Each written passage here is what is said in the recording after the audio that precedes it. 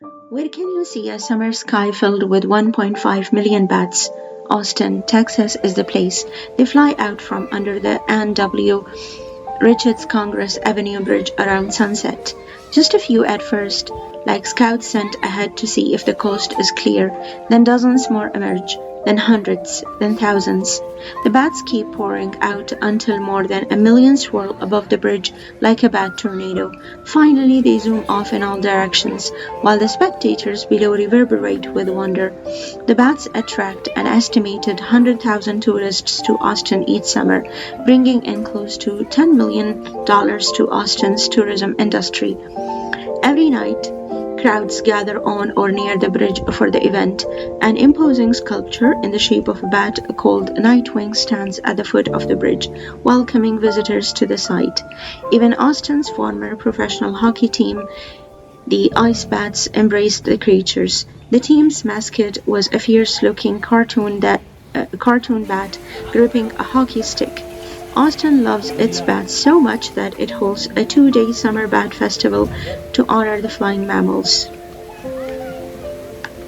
Spectators watch the nightly display from all sorts of places, high and low. Some watch from up on the Congress Avenue Bridge, others watch from the lake below.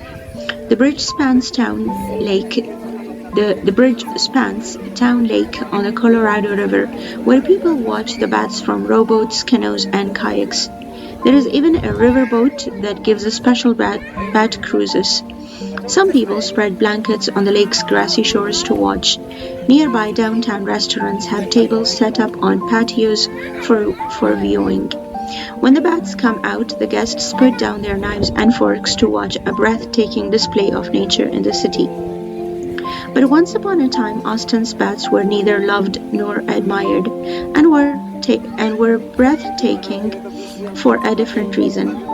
To a great many Austin residents, the bats were a bizarre and frightening sight. The bats were also a health hazard, they insisted. After some debate, a decision was made. The bats must be removed from the bridge or destroyed. How were Austin's bats saved? The story begins in 1980. That's when workers began reconstructing the Congress Avenue Bridge. The bridge is a landmark in the heart of downtown, just 10 blocks from the Texas state capitol. The engineers in charge of the project didn't know that their work would create an ideal habitat for bats. Otherwise, they would not have left so many openings on the bridge's concrete underside. The long, narrow, dark crevices became instantly popular with migrating bats because bats prefer to make cozy spots to roost and raise their young.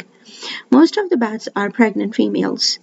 In March, they fly north from Mexico to give birth and raise their young called pups. That's why in August, the bridge's bat population of 1.5 million is double what it was in March. Austin's human population is about 740,000. That means that in summer, Austin has twice as many bats as people. Why were so many people so scared of the bats beneath the bridge? The reasons are based on fear and misinformation. Fear of the dark is one reason. Many children and even some adults are afraid of the dark, and bats are creatures of the night. During the day, they inhabit dark spaces such as caves and tunnels. At night, they come out to hunt. Bats' anatomy and appearance scare some people too, with their pointed ears and noses and sharply curved wings. And when people think of bats, they often think of vampires, mythical creatures that drink blood, or they picture a great big bat flying blindly at them and getting all tangled in their hair, or biting them and giving them rabies. Austin resident Maury Murphy remembers how fearful Austin residents used to be. For years, local newspapers had carried headlines like "Bat colonies sink teeth into city" and "Mass fear in the air as bats invade Austin," she writes. Misinformation abounded, and the bats that made Austin, Texas, their summer home were regarded as something to be eliminated, not as something wonderful to see. Miss Murphy belongs to Bat Conservation International (BCI). BCI's mission is to teach people the truth about bats and to protect and conserve bats' habitats. BCI moved headquarters to Austin in 1986. One of their goals was to protect the bats that spend summers under the Congress Avenue Bridge. There is a saying that goes, "The more you know about bugs, the less they will bug you." The same can be said of bats. That's why BCI members told Austin residents all about the bats under the bridge. Their plan, bring all the fears and misinformation about bats out into the open, and then show Austin's residents what bats are really like. Then they will learn to like, and even love, the bats. With this plan in mind, BCI members set to work spreading the truth about bats. Yes, they told Austin residents, there are such things as vampire bats. They drink the blood of birds, goats, and cattle. First, they lick the animal's skin in a spot where the blood vessels are close to the surface. Then they bite the skin and drink. A vampire bat will drink about 4 teaspoons of blood per day. But no, they do not prey on humans, and there are no vampire bats in Austin. No, they told residents, a bat will not fly into your hair. Bats are not blind. They can see just as well as opossums, raccoons, and other animals that come out at night. Plus, bats use sound as well as sight to get around. They send out quacks and squeals through their noses and mouths. The sounds are so high-pitched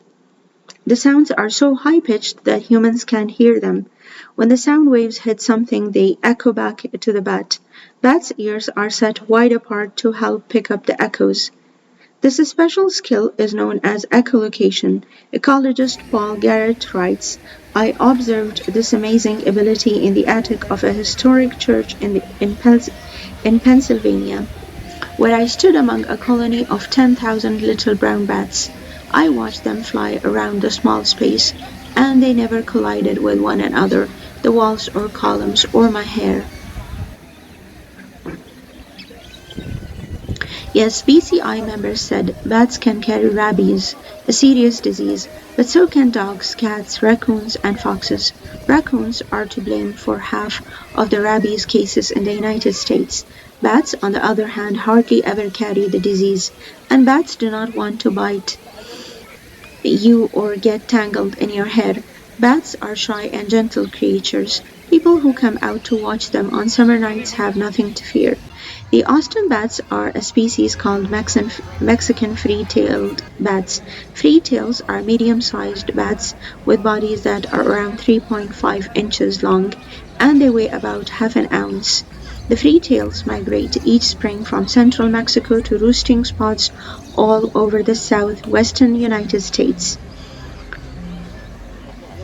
But bats live in big groups called colonies. The 1.5 million Austin bats make up the largest urban bat colony in North America. But overall, free-tail populations in America are in trouble. Each year, more of them are killed. Some die from the poisonous pesticides farmers spray on their crops.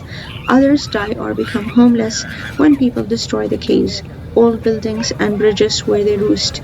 Austin's love for the bats is vitally important because it results in an undisturbed free-tail colony.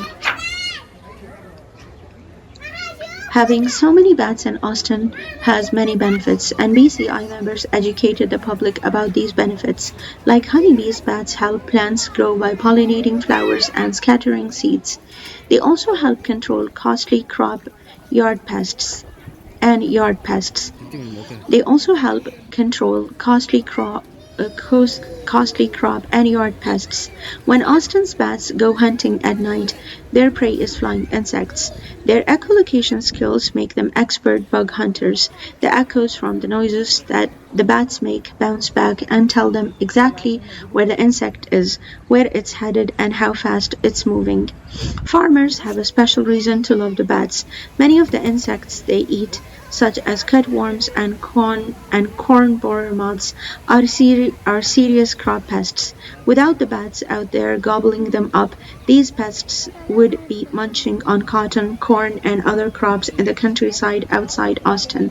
The 1.5 million hungry freetails cover more than 1,000 square miles of countryside each night, and they fly as high as 10,000 feet to catch their prey.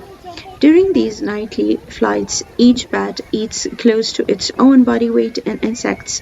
In total, Austin's hungry free-tailed bats can consume up to 30,000 pounds of insects each night. The people who live in this city have their own special reasons for loving the free tails.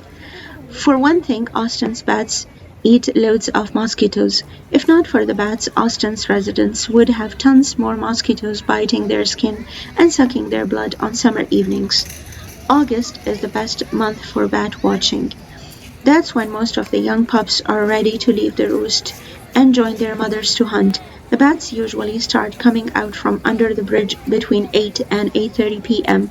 People can call the special bat hotline for updates on the most likely time that night, and BCI members are at bridge each night to hand out information and answer questions. They want to make sure that everyone knows the truth about Austin's amazing bats. What is it about the bats, besides the benefits to farming and tourism, that captivates visitors and residents of Austin? City dwellers often forget about the natural world beyond their streets and skyscrapers, but when they watch the bats soar, they rediscover the joy and mystery of nature. Some believe that observing the bats links spectators to nature, and that the resulting thrill is unforgettable. Photographer Tim Flatch writes, I have been fortunate enough to see a number of natural wonders, but the bats will stay in my in the, but the bats will stay in mind for the rest of my life.